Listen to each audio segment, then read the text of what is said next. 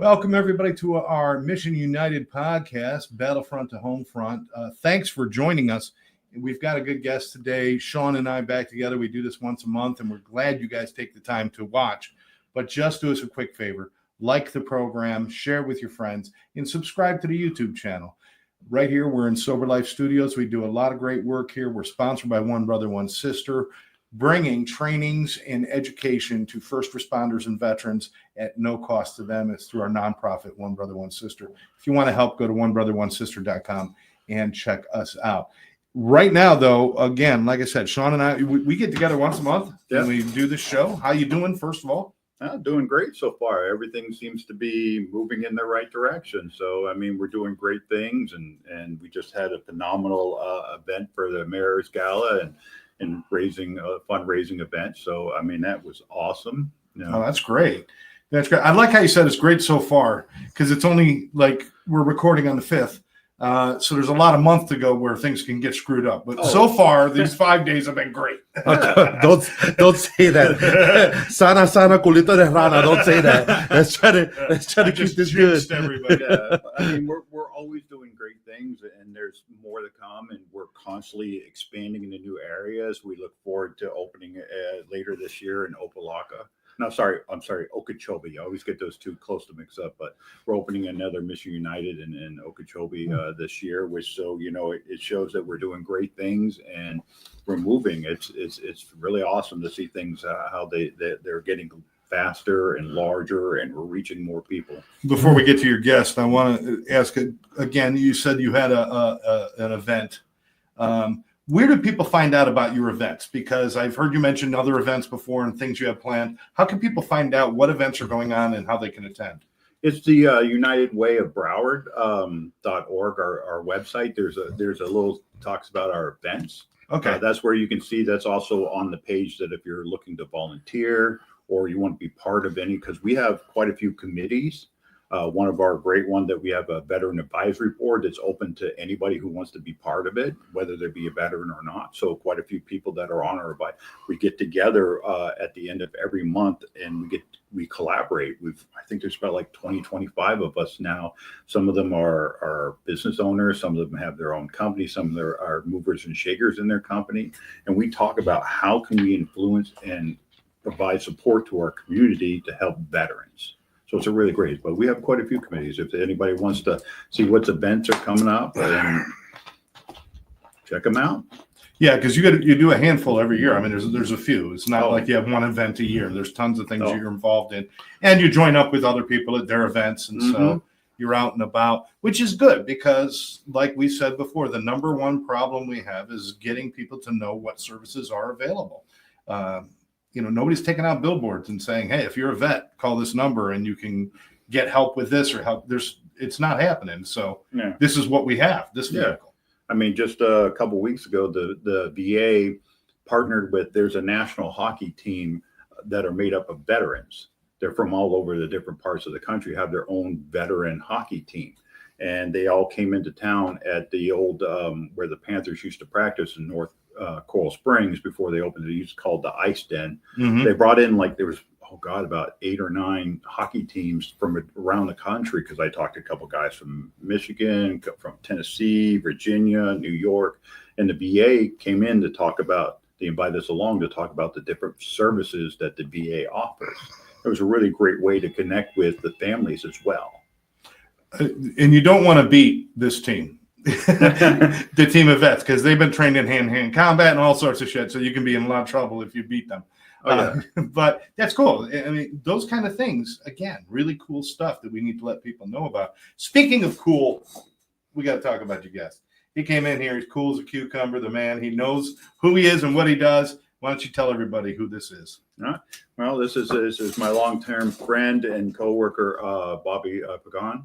So he's in our employment side of the house. So we've been since what, 2001?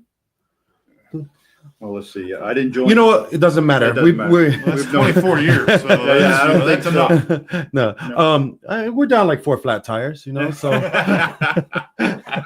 no. Seriously, since 2021, one of the first people I met at Career Source, I bribed him with lots of Diet Cokes and and everything like that. And then he played pranks on me all day, every day, every day.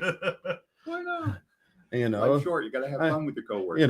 And he used to always take pictures over the wall and all the time, and but that was pre-Rogaine, so we're good now. Well, let me ask you first.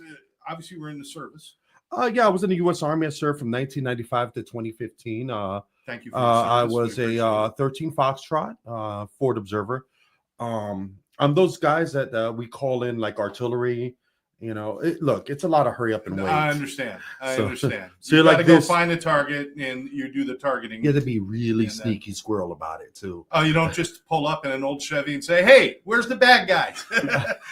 I mean, it would be easier if you could, right? Yeah, most of the time we just carry heavy stuff on our back, and you'll hear us grunting and groaning and complaining. Yes. With heavy doses of well, not monsters. We didn't have monsters. We had these cheap knockoff monsters, Rippets. Rippets. Oh goodness, it's like they're made of gasoline. I think they were. So it's Rippets and Motrin. Wow. And trying to be quiet, and then you sneak up and you stare for about 36 hours. That's it. It's a whole lot of staring. You come up with dumb jokes and make really bad decisions. Yes, we've all been there.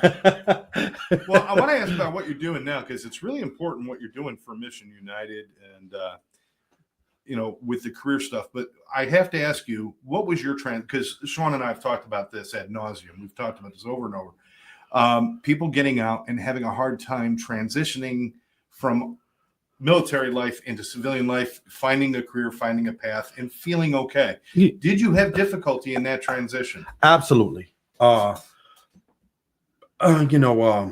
Sometimes just life hands you a bag of You can say whatever you want. Just a bag of dicks, and it just asks you to screw yourself That's with not it. what I thought you were going to say. So after 20 years, I was in the middle of a divorce, and I had no place to live because I was coming from Korea, so like, what do I do now? So I know what it's like. I had no direction, no nothing. I was living out of a spare room at my sister's place. I had nothing, so I was like, I'm going to be a cop. And so I was like, a mess, just broke. I understand. Yeah. Just because you do 20 years doesn't mean life is going to just hand you a silver platter with all the goods on it, because it didn't. It just didn't. It just didn't. And I started off, I went to school and I was like, I'm going to be a cop. And then I realized something. I hate guns. For a guy that's been in the military for 20 years, I hate guns. Okay. I have one to defend myself, right. Keep it locked away, responsible gun ownership. But I'm like, why am I getting back into the civilian workforce? And God bless our cops. God bless for what they do. Absolutely. Thank you for your service. But I'm like, I'm doing the same thing again. I was patrolling Iraq, patrolling Afghanistan on foot with a weapon all over the place. And then it just changed. And I met this guy at Florida International University, Markway Smith. Oh, yeah. So if there's anybody you ever want to bring, it's here. Mm-hmm. That guy is a life changer. Yeah. He's like, you hate guns, but you want to give back. I'm like, absolutely. He said, public administration. I'm like, what is this public administration? It sounds really good. Look, I was an infantry guy, so I'm not the brightest in the on top of the shelf. I've been known to waste oxygen of other people at some time or another. And he told me, it's like, you can work for the government, you work for a nonprofit. Nonprofit? What is the nonprofit? He's like, like Mission United. Ooh, Mission United. This sounds really good.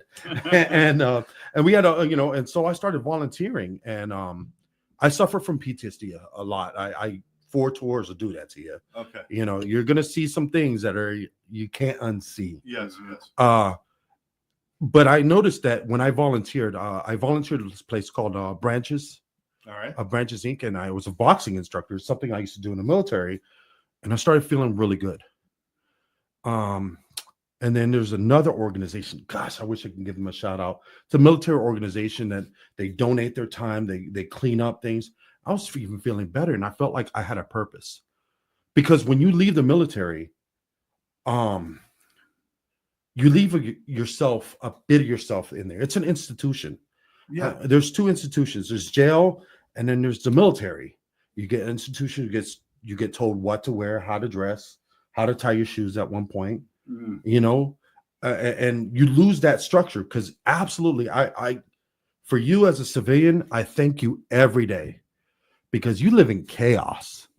Absolute chaos. It is. You go out there and it's just you know, it's like the Tasmanian devil, and you know, spinning in circles, and then you're straight again, but you're dizzy. That is civilian life. And you know, volunteering myself gave me purpose, and it was fantastic. What was that period of time? It was between leaving the military and finding this life. How many? It took me about a couple years. The first year, I'm not proud of myself. I was very drunk all the time. Okay. I just it's because I didn't know what to do. I was lost. I was depressed. I was sad. I didn't know where I was at anymore. And this is exactly what we've been talking about on this show over and over again, is that people are getting out. Now they you know, you're losing the uniform identity, you're losing the structure, you had purpose, you had rank, you had respect, you had all of this stuff. And you know, if I'm a sergeant, then I've got this and I've got this. If I'm a lieutenant, I got this. Whatever it is, but it's all structure. We know what you're doing. You know what you're doing, and you had a job to do, and it was important. And then you get home, and it's like, I'm not going to go work at McDonald's. There's just, how hard is that? And I know you kind of mentioned it already, but I mean, what did that do to you inside? Did that emasculate you in some ways, or did that make you feel like I don't have any purpose anymore? I was in a dark place. Okay. A very dark place. You know, and I masked it with alcohol. Right. Because that's the only way I knew how to cope. Relatively common for people to do that, right? So it took, you know, I was drinking every day. So like some people drink beer, that's how I drink rum. Yeah. And you know, and then you know, I had to go to school, and I was still drinking, and I just didn't know what to do with myself. And then, like I said, you know, I was getting a degree in criminal justice, and I did get my degree in criminal justice. I got an AA, and I was like, this just doesn't make me happy. And then I ran to FIU, and they have the Veterans Center there, and it's an amazing. He's been there with me, and they gave me guidance, and I finally had a purpose, volunteering, and you know, it was great. Was it pretty quick that you realized this is what I'm supposed to be doing? You just mentioned how happy it made you to coach the boxing. Yeah. Was it quick? Life, remember I told you. life doesn't, you know, because I graduated in 2019. I was, you know, it's online on my LinkedIn. My speech I gave called The Underdog. And you know, I spoke for the class of veterans there. And I was ready to take on the world. Man, I was ready to take on the world, right? COVID. Yeah. So here's Sergeant Pagan. And it's hard not being Sergeant Pagan. It's like saying a doctor is no longer a doctor, so you take that title away. Or a lawyer's not a lawyer, so he's no longer Esquire. Yes. So something that you've identified with your entire life is now wiped clean. And I'm a garbage man. Oh yeah, I remember that. I humbled my work. No, I worked at a place. I don't know if I could say it on here. I wouldn't. But it was a refuge place where we pick up large trash. Okay. And it was they advertised that the most handsomest guys and stuff like that. And no, everybody's a bunch of criminals that just recently released from prison. And the greatest bunch of guys I've ever met. outstanding people. Still friends with a lot of them. Good. But I am a garbage man during COVID times, and I'm like, what has life taken? Where's my life taken me? And then there was an opportunity from Career Source. They gave me a call one day. It was Eric Ocasio. Yeah. He was my leaver. They helped me transition to, they would always be on top of me, helping me find jobs, and then they said, why don't you come here? You have a public administration degree. Mm-hmm. And I was like, man, this could be the worst decision I'll ever have, because I might know this guy named Sean. So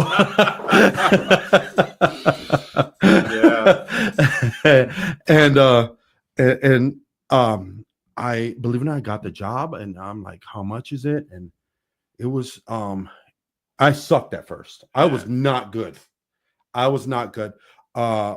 But I got better with Sabrina. She trained me really well, which is our event. Our Burnett. She's actually, as funny as all three of us now, after working at Career Source, all work at Mission United together. Oh wow! So yeah, I'm the one that's like, I said nothing but great things about about Sean here, other than he eats his boogers.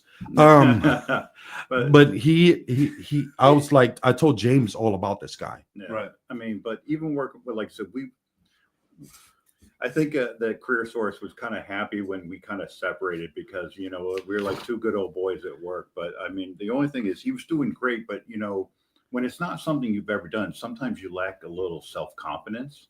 And that was the only part that he was missing. But once he got that in there, man, he was gold. It's mentorship as well. Yeah. And we're going to get into that side real quick. It was mentorship, because it took mentorship, and it took somebody to believe in me. Right. And then I just kept on being, what is it called?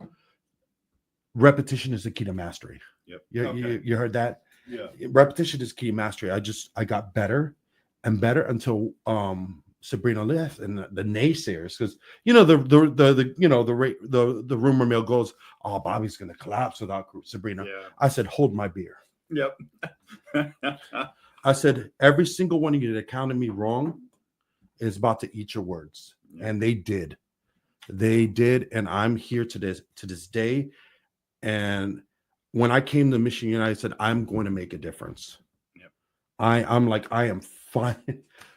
How many people get a degree in public administration with a focus on nonprofits, actually working for a nonprofit? Shoot, I'm glad I bypassed that basket weaving course, huh?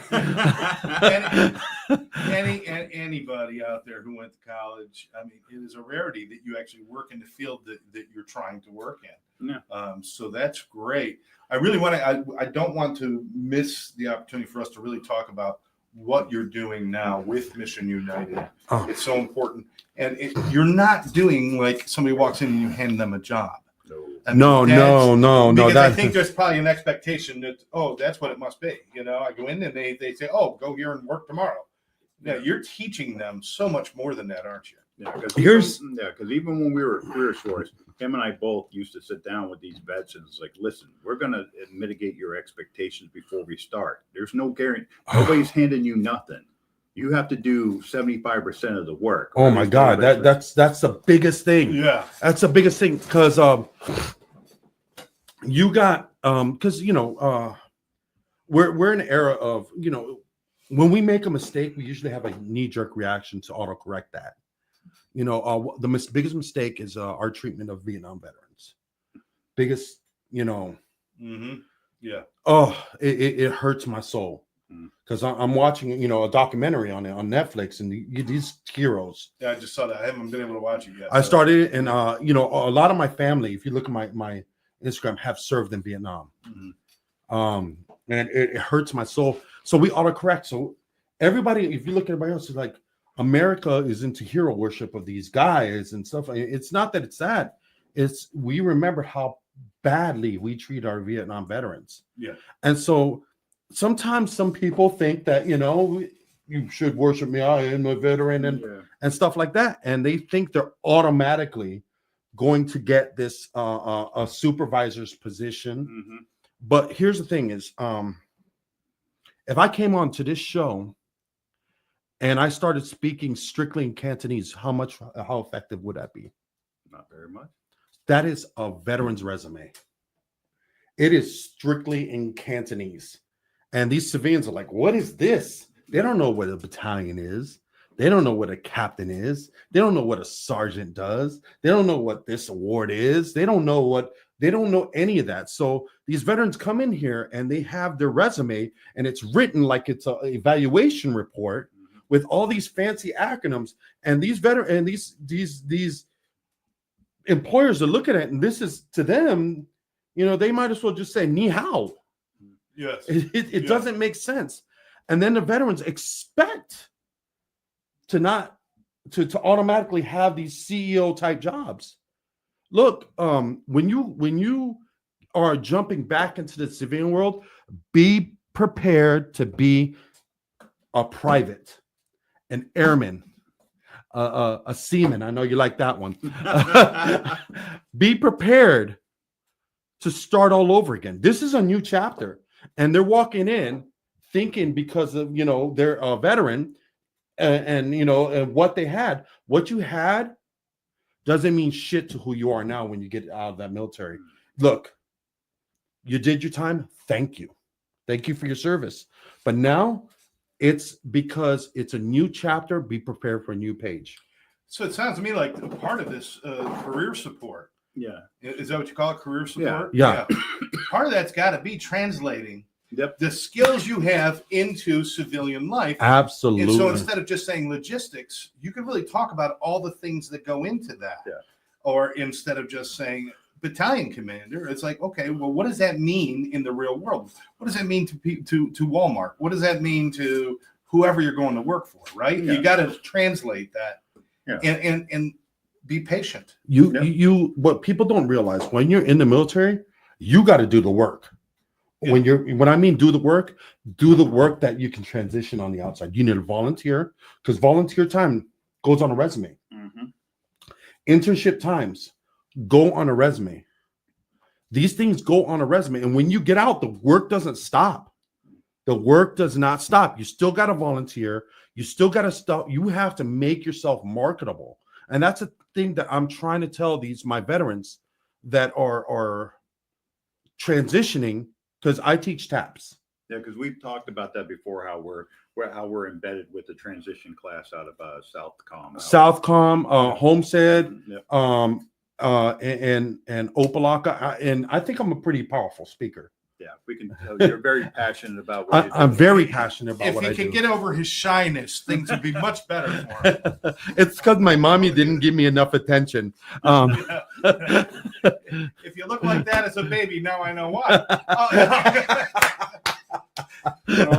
Oh goodness. Let me ask you a serious question, though. God bless, my girlfriend likes me. Yeah,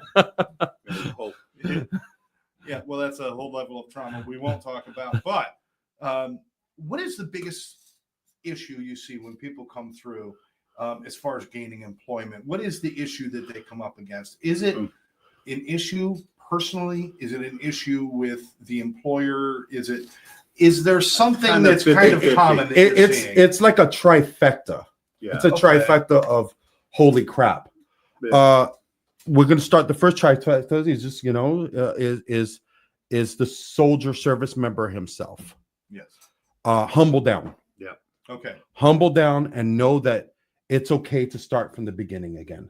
Because one thing we used to talk to veterans about is, even if you take a job that's not really a job you want, it's easier to find a job when you already have a job, because the other company's looking at you going, well, they must have found something in you that's marketable, maybe. But when you're not employed and you're looking for work, you come off as desperate. Yes. Yeah, and that attitude, yes, just that desperate attitude can really screw things up for people. Because one thing we talk about, when you have a job, like I've even explained to my kids, is that when you go into the interview, you're far more relaxed, because if I don't get this job, I still have a job. So you're a little bit more open, you're a little bit more relaxed, you're a little bit, because you're into it going like, I'm looking for a better job, but I already have a job. But if this doesn't work out, there's no sweat. But when you don't have a job, you will tell them things they could care less about. You're you're babbling on for like 5-6 minutes about a single question. They're looking at you going like, all right, can we move on to the next guy? They're already thinking past you. Yeah. Let's we're gonna put it like in a high school analogy. All right. So remember when you take those tests, you had a yeah. test on Friday, but you decide to cram for the test on Friday morning at 5 a.m. when the test is that morning. How did you do? You did pretty crappy, right? Yeah. Because you were stressed out and everything. Mm-hmm. It goes to the same thing with the interview. You have to rehearse. Yep. And when you rehearse, let me tell you, I rehearsed over and over again for Mission United. This is what I was going to say. This is what I'm not going to say. Mm-hmm. I'm not going to badmouth. I'm not going to do this. I'm not going to do that. And you do that, you're going to be great. So that goes to the soldier. The trifecta is the soldier, the resume, and the employer. Mm-hmm. The next is the employer. Look, I have PTSD. It doesn't mean I'm going to go postal. Yeah. but I mean, we've actually. I think we've moved the needle on that a little bit. Yeah. Well, Scott and I have. Had There's still a lot of bias. There Believe is. it or not, there absolutely is. Yeah, Stigma is we've stigma. actually had that conversation talking about there are actually quite a few employers out there that are they have a stigma about how veterans are. We're constantly in medical appointments. We don't work well with the others. We're toned to PTSD violence kind of thing. So there's a lot of employers that are not overly thrilled about hiring. No, staff. absolutely not. It's the same thing. As a single guy in the dating pool, nobody wanted me because they're like, what if you kill me and hang me up and use my skin? No, that's not going to happen. It's Wow. You should put some lotion on the skin. That's what it's told. I can tell you more than 85% of killers in this country did not serve in the military. It's a very small number. Yes. Of military Very, people that very. do that.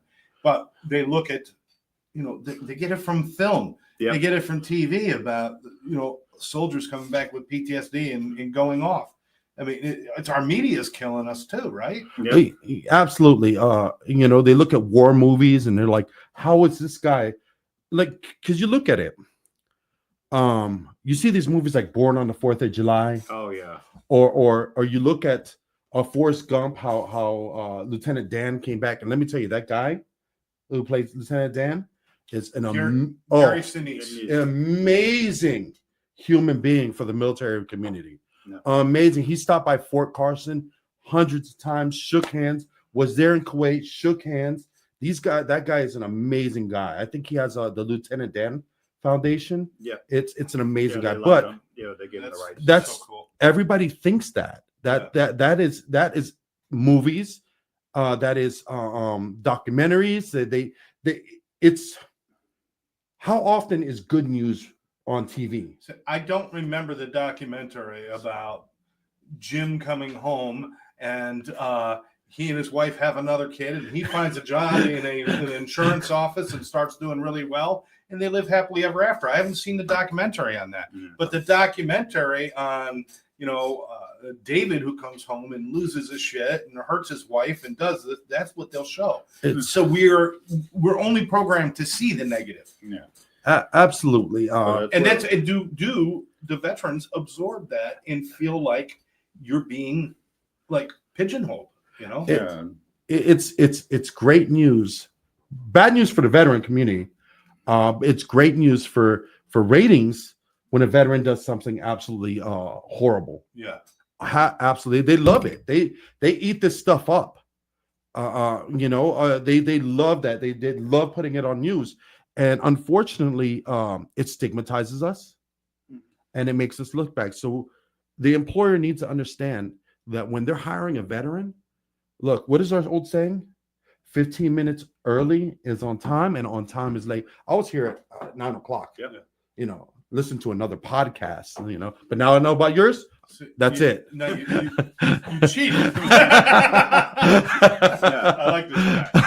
Yeah. But early is on time is late. Yeah. And then finally, for the holy Trinity is what we talked about before. So we talked about the veteran, we talked about the employer, and last but not least, the resume. Oh God, the resume. Yeah. Oh Jesus. How many times have we talked about it? The legally blonde, pink. When you submit your resume, it comes out the other side. Color is not transplant. Images are not transplanted. When it comes out the other side, it's just basically what is called binary code. It just straight to the point, simple, make it short, sweet, to the point. They don't want your whole life story in 5 pages. Agreed. They're never going to read all that anyway. But you got to be able to break it down so that it makes sense. Mm-hmm. And do you count like prepping for the interview as part of that resume Look, piece too? we do That's all part of that. Yeah, We really do all of that at Career Source. I got to give them a shout out. We have Felipe Gonzalez. Mm-hmm. If you ever get a chance to talk to this guy, amazing. well, Career Source has Amazing been leader. around for a long time. You know, Yeah. Well, the thing about Stephen it, Wong, amazing. Career Source is just a brand name for Florida. They are part of the American Job Center, which is spread out through the country.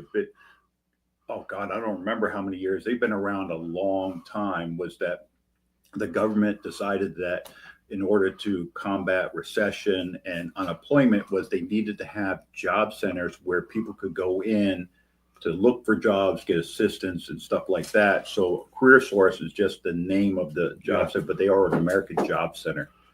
Yeah, I was involved in the Workforce Investment Act in New Jersey. They've Before I changed went names. into TV and radio and entertainment, I was a social worker doing that stuff. And, One time, they were American Job Center was called Workforce One. Workforce. How many veterans know about this? Almost none. Remember I told you Mark Way Smith? Mhm. You have a small percentage of people that know about the VETS program or VETS. Veteran Education and Training? Oh, VRC. No, for our program down in the Career Source. What was it? Oh, VETS. Career Source. We're part of VETS department. Yeah, we're part But of the VETS is an acronym. Yeah. You know? Because it's like the same thing as we were part of like JVSG, which is Jobs for Veterans State Grant. Thank you, Obama, for bringing that about. So I mean, It's actually a great thing, and not many people know about it. If you're coming to see me, I'm not saying it's a bad thing. It's just saying that bad stuff has happened. I told you I was homeless. I had nowhere to go. Sometimes life just says, "Here's a crap sandwich, eat it," and it's just how it is. But there's places for vets out here. mm-hmm. A lot of these veterans are homeless. It's hard being homeless. We talked about this. Sometimes homeless people prefer to stay homeless because it's hard to transition because it's so scary. It's like transitioning from military. You have somebody that's when you're out in out on sticks or you're out on. I'm sorry, I'm using military acronyms. I need to keep it circles and triangles here. But you're out there, you have somebody watching, conducting overwatch, watching your back. There's always a guard. Mm-hmm. Same thing as a homeless person. When they're sleeping, they have a couple of their buddies looking to the left and the right. And so transitioning back into housing and starting to become a normal taxpayer is they have their own set of PTSD. Mm-hmm. And because they no longer have nobody on those corners, they're by themselves. Yeah. And that's scary, especially with somebody that's been doing this their whole life. Transitioning back into something again is rough, really rough. Yeah, I guess there's a lot of things that go on. We've seen it with the homeless population, especially with veterans, that there's some cases where you're right, they will fight to stay in the street. Either they think they deserve to be punished, or they're carrying, and that's part of carrying guilt and shame and absolutely and trauma. They also some of them might not believe that there's ever going to be a change. It's I can't do anything different than this. This is all I'm worth. And there's a lot of different things that go on. But what I want to get to this because we only got about 7 minutes left. When you are dealing with somebody, now first of all, the people who you serve, what is the name of the program? The Homeless Veteran Reintegration Program. Homeless Veteran Reintegration Program. Or the Now acronym HVRP is another. Okay. Or we just say Harvard. Yeah, but that's the career, helping the career opportunities. Do you also have that? Let's say a veteran comes back and he gets himself, and now he's maybe turning a wrench in a garage somewhere, but he wants something more. Can he still come to you guys? I don't want everybody to think you have to be hurting to come to you, right? Look, regardless if they're To be honest, I said this to James, and if Our- they don't our call boss. James Heaton is our boss. Yeah. So I said this to him a long time ago. Regardless if they're in my program or not, I will never turn a veteran away, Yep.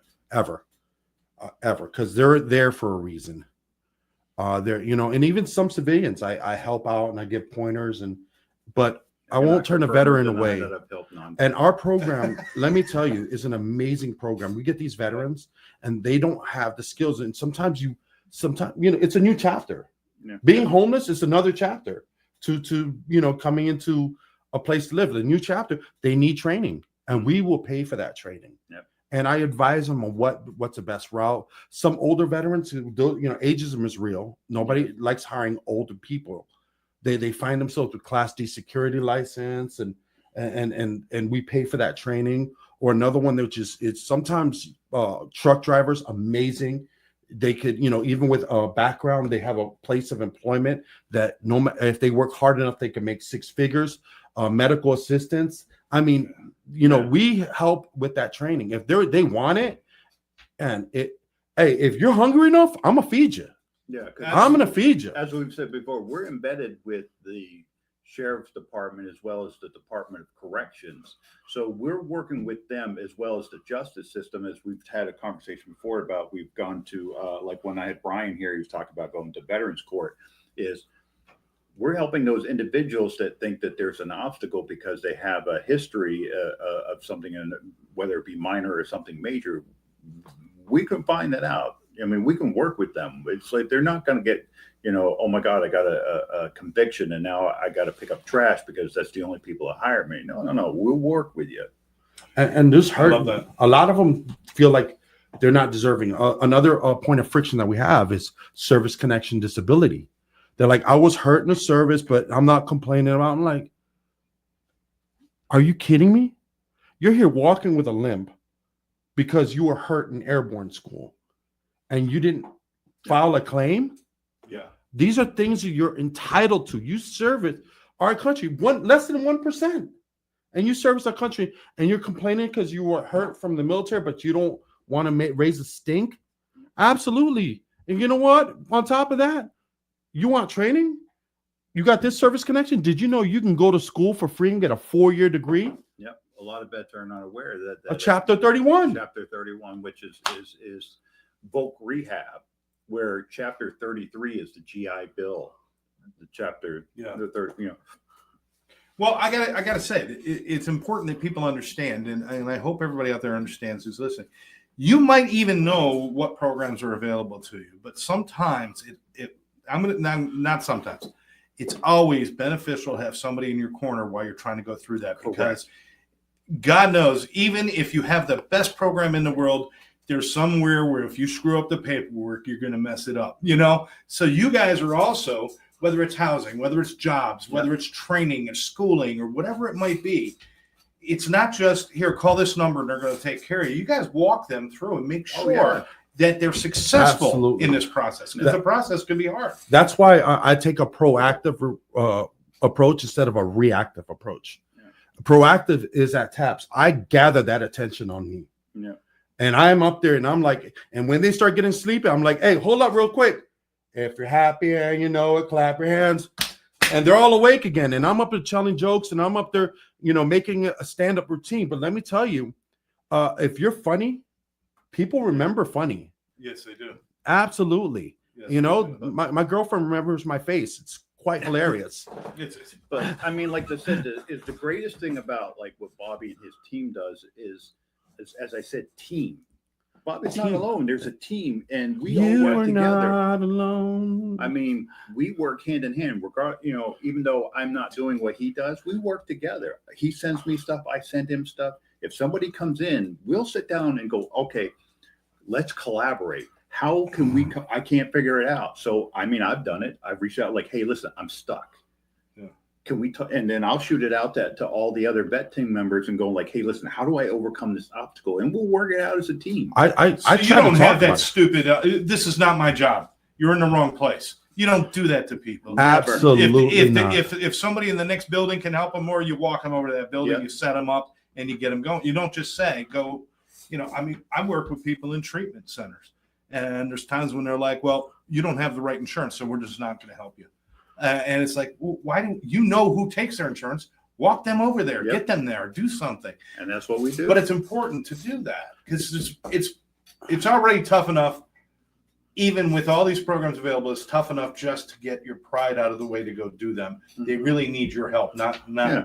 And I have Sean, I have Sabrina, Yeah. I have an amazing boss, Annette Burrows, one of the hardest working women I ever met. I have a former DevOp there that's Sean 2.0 and Jason, and I got Marlene, and they're just an amazing staff all together. Even the other teams that are from SSVF.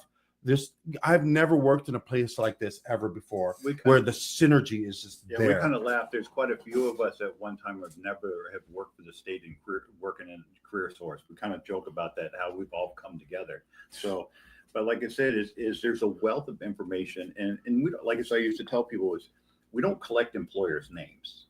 I don't have anybody in my roster that I keep track of that I don't talk to. If they're not pulling their weight in the community, I let them go. I feel like employers got to reach out to me as well. But we know these people. Yeah. We actually have a connection with these people. We don't just like a staffing agency, like, well, let me send you over here. No. We know what they're looking for because we've had a conversation with them. What type of person you're looking for? What are your pet peeves from a resume? What do you hate to see from job seekers? So we know how to prep them before they even go in because Bobby and his team know these employers personally. But none of these things are just like snap your finger and you get this. Nothing's guaranteed. Even if you want the free education, you've got to do certain things to get that, and you've got to maintain a grade point average. You've got to do the work. Yep. You're never absolving people from doing the work, isn't that right? Never. No one wrote my capstone for me. Right. But there are some individuals out there that think that it should be. I have one asking for a warehouse federal job. I'm like, brother. Good luck with that. If I knew where one was, I'd be there right now. But like even for me, for this job wasn't a shoe-in for me. I mean, Bobby, while I got a pitch from Bobby and Sabrina because I used to work for them, they gave me a good reference, but I had to earn that job. I had to do my homework. Yes. I had to anticipate questions. I had to make sure my resume, I made sure I had to do all this study about United Way and Miss United, what they did, so that I knew when they asked me questions, I didn't come off sounding like a dummy, didn't know what I was talking about. Wow. I love the triangle that you gave us. It's about the personal individual, it's about the employer, and it's about the resume or the prep, if you will. The resume, it says who you are. And they're only going to look at it for like 2 minutes. So that it needs to be broke down. It has to look good and then still be broke down Barney style. Understand the key words that they're going to be looking for, because they might scan and not read. Some people scan for words. They don't read. And they're scanning to see if you've got Excel experience, or if you've got this, or if you've got that, or whatever it might be. And so learning how to do that is so important. And I'll throw that out there for having sat on quite a few interview boards. How good are you at Excel? On a scale of 1 to 10, I'm a 10. Okay, I'm going to give you 15 minutes to create this. I'm going to give you here's the copy. I want you to create an Excel that looks just like this. 15 minutes later, I looked at it going like, I know grade school kids that could do better than this. You told me you were a 10. Don't lie. If you don't know, you don't know. It's okay to tell an employer, if you say you're a 10 in Excel, unless you're an IT guy, you're lying. I used to work for HUD and help people prepare for resumes and build things and even clothing and stuff like that. And I did that years ago in Jersey. And one of the things I always told them is the same thing. Never go in there and tell them you're perfect at everything or anything. But if they ask you, are you good at this? Say, listen, I think I'm very, very good at this part. Probably could use some work in this area, but I know I can do it. That's a better answer than, oh yeah, I'm a 10. That's a terrible answer. Because, in fact, most employers, you say you're a 10, they're not even going to listen to you. Because they're going to tell you. They already know you're full of it. Because I tell people all the time, it's like, when it comes to Microsoft there's so much of it that most people don't even scratch the surface of the things that you can do, because I'm great at Excel. But if you ask me on a scale of 1 to 10, I'm going to tell you I'm a 5. Yeah. Because there's so much in it that I don't know how to do. And it's amazing when I talk to people, said, yeah, I'm great at Excel. And then I'm like, well, okay. Like, did you know you could do this? And they're looking at me like, what? I'm like, and I'll show them stuff like somebody we won't mention who's, had to constantly show this individual on how to use programs. It's like, and then I'll tell them like Outlook or like Word, all these things that you could do. And they're looking at me, but you said you were a 10. But he'll say he's a 5 because he's Navy. I'll say I'm a 5.2 because I'm Army. There you go. There you go. All right. And my son, the Marine, is a 10. With crayons. I gotta say, I had to train a group of people to use computers so they can figure out how to write resumes and do all that. And I had a lot of elderly people. And I was telling the class, I said, okay, now what you want to do is I had the big screen and I was using my laptop. They all had the same program. And I says, now take your mouse and go over and click on this. And everybody did it, but I looked back and one woman seemed really confused and I couldn't figure out what she was doing. So I walked to the back of the room. She had her mouse up on the screen, and this up on the screen. And I'm like, yeah, it's like, I'm so glad I'm here because I would have missed that. We're out of time, but I got to ask just really quick. There's somebody out there right now who maybe has had a few trips, a few failures, a few things that didn't work out. Maybe they're homeless or close to it. Maybe they're just thinking they're worthless. What do you want to tell those veterans? You are not. I've been there. I've done that. You're the underdog. And it's okay to be the underdog. It's fine to be the underdog, but you are still a dog and dogs bite. Look, your circumstances right now do not dictate what you will be tomorrow. But just know that there is a tomorrow. And tomorrow could be beautiful. So hang in there, hang tough. And if you're really bad situation, you know where we're at. That's right. All right. Bless you. Thank you so much for letting me speak today. Hey, I wish we had hours, man, because I have a feeling we could go out for lunch and just wind you up and you just keep going and keep the show. See what happens when your mom doesn't pay attention to you? That's like I said, it's one of the things I love is like we've talked about is there's so much information. Yeah. But we, even though we're limited in time, but we'll get there. Well, hopefully that's the whole part of why I wanted to do this was to, even if we could reach out and help one person who could share them, and it's a domino effect, just like the movie Paying It Forward. Before you know it, hopefully someday, I'll be honest, I hope somebody puts me out of a job. I hope that nobody needs our services anymore. But if they put him out of a job, I just want to let you know, I'm willing to take his job. So he might not want to have work. I, on the other hand, I really like nice things like electricity. So, Bobby, thank you for demonstrating desperation for us so well. We appreciate that. Listen, we laugh and we have fun, but Bob is right. Laughter, it's memorable. It helps us deal with things. And if you can't find your sense of humor anymore, go get help, because without that, life is just too damn painful all the time. Everybody out there deserves a chance to get what they want. If you want more information, go to unitedway.org/Broward. Is it Broward County or just Broward? Broward. Mission United. Yeah. /Mission United. Yes, unitedway.org /Mission United. Yeah. That's what we're doing. Okay.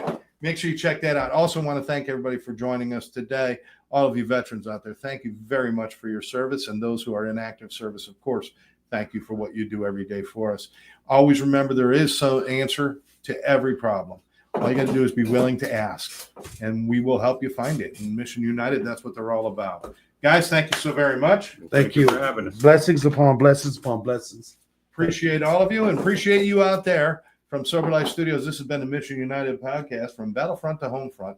We'll catch you next time.